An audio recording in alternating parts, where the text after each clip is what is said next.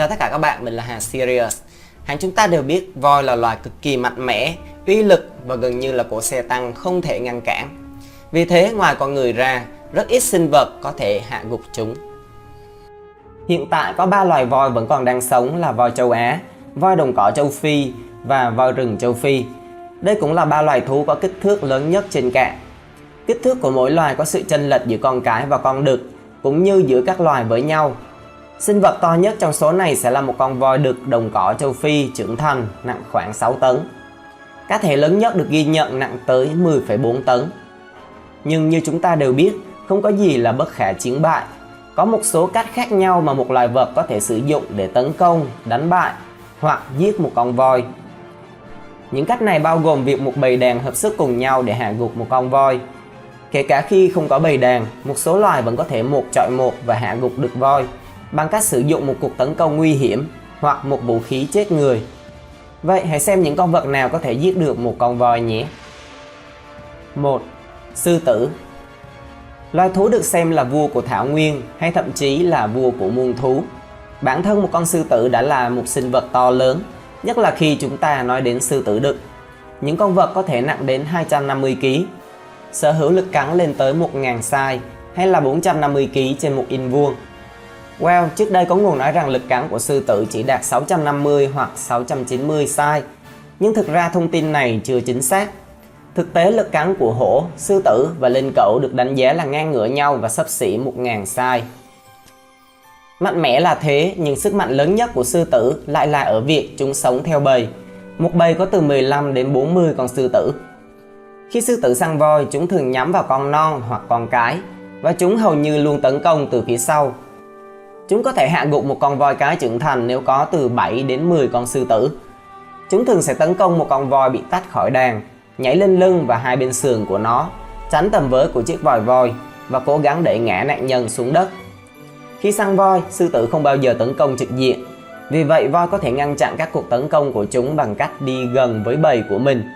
Voi con đi ở giữa. Những con trưởng thành quay mặt ra ngoài trong một vòng phòng thủ kiên cố gồm ngà và vòi. Đó là đối với đàn voi cái. Còn với voi đực, mặc dù thường xuyên chỉ di chuyển một mình, nhưng đàn sư tử cũng không dám săn voi đực trưởng thành khỏe mạnh. Đơn giản vì chúng quá to và khỏe, gần như to gấp đôi voi cái. Việc săn chúng đối với sư tử mà nói là quá mạo hiểm và vô ích. 2. Hổ. So với sư tử, hổ thường là sinh vật sống đơn độc và đi săn một mình, nên chúng có rất ít cơ hội để hạ gục một con voi trưởng thành. Mặc dù vậy, hổ sở hữu vũ khí tấn công nguy hiểm hơn so với sư tử. Mặc dù có lực cắn ngang nhau, nhưng hổ sở hữu những chiếc răng nanh dài hơn và lực tập trung ở răng nanh nhiều hơn. Qua đó thực hiện cú cắn nghẹt thở hiệu quả hơn so với sư tử. Đây là lý do mà một con hổ có thể dễ dàng hạ gục một con trâu rừng hơn là một con sư tử. Về lý thuyết, hổ có thể hạ gục voi bằng cách cắn cổ và làm ngạt thở. Tuy nhiên điều này cực kỳ khó vì voi quá khỏe, to lớn, cộng thêm chiếc vòi để phòng thủ nữa. Mặc dù rất hiếm nhưng đã có các trường hợp được ghi nhận rằng hổ tấn công và giết chết voi con, đặc biệt là khi những con non bị tách khỏi mẹ, bị lạc khỏi đàn hoặc bị mồ côi. Voi trưởng thành thì hầu như không có kẻ săn mồi tự nhiên. Trong năm 2011 và 2014, ghi nhận 2 trường hợp về hổ giết chết thành công voi trưởng thành. Một con voi trẻ đạt 20 tuổi đã bị giết bởi một con hổ duy nhất tại vườn quốc gia Jim Corbett. Trường hợp thứ hai là một con voi 28 tuổi đã bị một số con hổ hợp tác hạ gục và ăn thịt ở phía đông vườn quốc gia Kaziranga. Điều này chứng tỏ rằng hổ cũng có thể hợp tác với nhau để hạ gục các con mồi rất lớn. 3. Cá sấu. Cá sấu thường giết con mồi bằng cách rình ở dưới nước, sử dụng một đòn tấn công chớp nhoáng, sau đó kéo con mồi xuống nước để làm ngạt thở. Cá sấu nước mặn là loài bò sát lớn nhất thế giới. Trọng lượng của một số con đực sống lâu năm có thể đạt tới 1 tấn. Mặc dù vậy, đa số cá sấu không vượt quá mốc 700 kg. Cá sấu không thể giết một con voi trưởng thành bằng cách cắn và lôi đầu voi xuống nước, đơn giản vì voi quá to và khỏe. Nhưng những con voi trưởng thành vẫn có thể là nạn nhân của cá sấu. Đôi khi một con cá sấu sẽ đớp lấy vòi của một con voi đang uống nước dưới hồ hoặc sông. Con cá sấu sẽ không dễ dàng buông tha cho dù con voi rất mạnh mẽ đi nữa.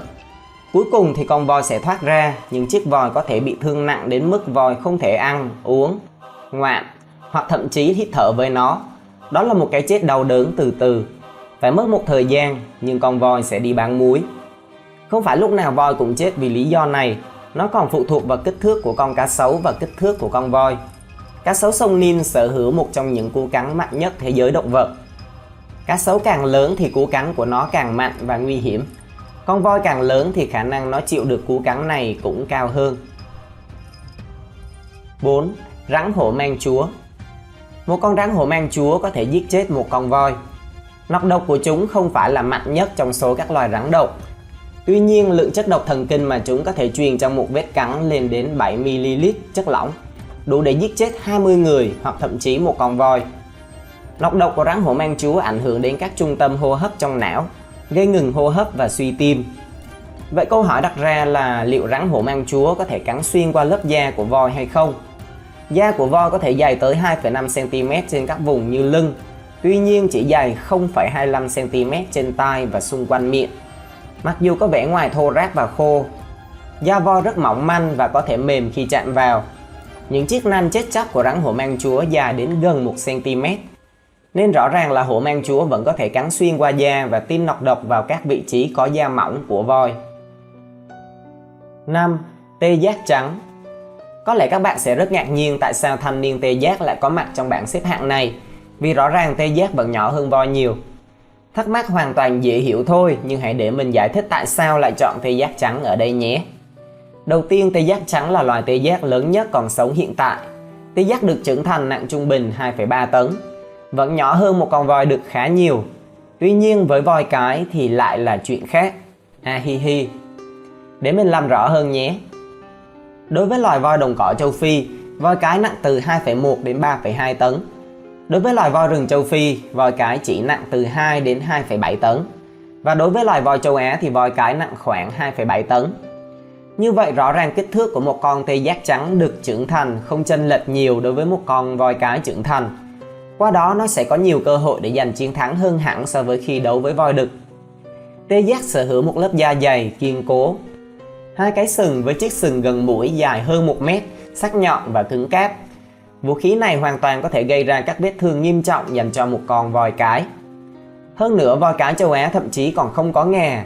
Chính xác hơn là ngà của nó rất ngắn, chỉ như chiếc răng, và qua đó thiếu đi một vũ khí quan trọng trong trận chiến sống còn với tê giác trắng.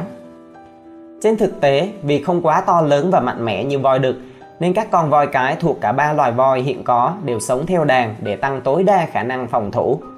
Không phải lý do duy nhất khiến chúng chọn sống theo đàn, nhưng vẫn là một lý do quan trọng.